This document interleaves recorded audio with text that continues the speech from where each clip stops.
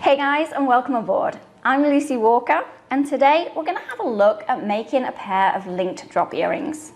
But this class isn't about just this specific project. This is going to really take your soldering skills to the next level. But also, because we're learning how to link elements together, you can use the skills you learn in this class pretty much with every other class we have going. It really will give you a lot of possibilities in terms of your design. Okay, so I don't do this very often, but I'm changing out my torch tip. I'm going to switch my number 7 tip for a smaller number 5 tip. To do this, I'm just going to unscrew the little nut at the base of the tip, take it off, and then pop my number 5 on there. I'm just going to make sure the tip is facing forward, and then tighten it by hand. So just add a little flux to the jump ring. And I also like to add a little flux here to all my other jump rings too, just to keep them nice and clean so that I don't have to pickle anything during this soldering process.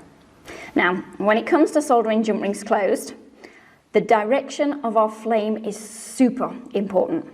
We need to go in with our torch horizontal. Remember, like a gangster with a gun. Don't let your flame point downwards towards your previous solder joins. Capiche? Alrighty, let's light the torch, and I'm going to use my solder pick as always to pick up a small pallion of medium solder. I'm going to heat the jump ring until the flux goes nice and clear, and then touch the solder to the join. You really want it to be touching both sides of the join here. Then, with your flame going across the jump ring, heat it evenly until the solder flows. Even with tiny soldering operations such as this, I'm still not focusing directly on my solder. I'm focusing on the area around it, and I'm always keeping that flame moving. And now on to the next one. So I'll add a little more flux here, just to make sure, and then pick up another ball of medium solder. As always though, if you prefer to use tweezers to place your solder, that's no drama at all. Seriously, whatever is easiest for you.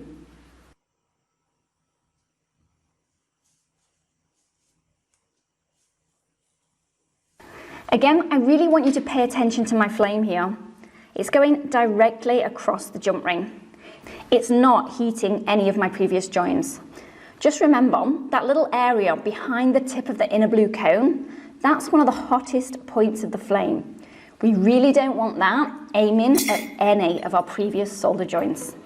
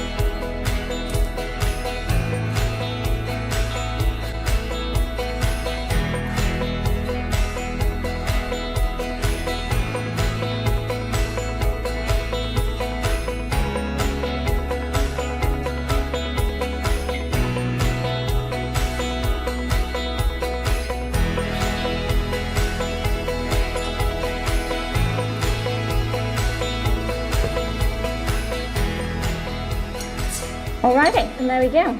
You'll be pleased to know we are all done with soldering. Well, for one earring anyway, but seriously, you don't want to see me make two of these.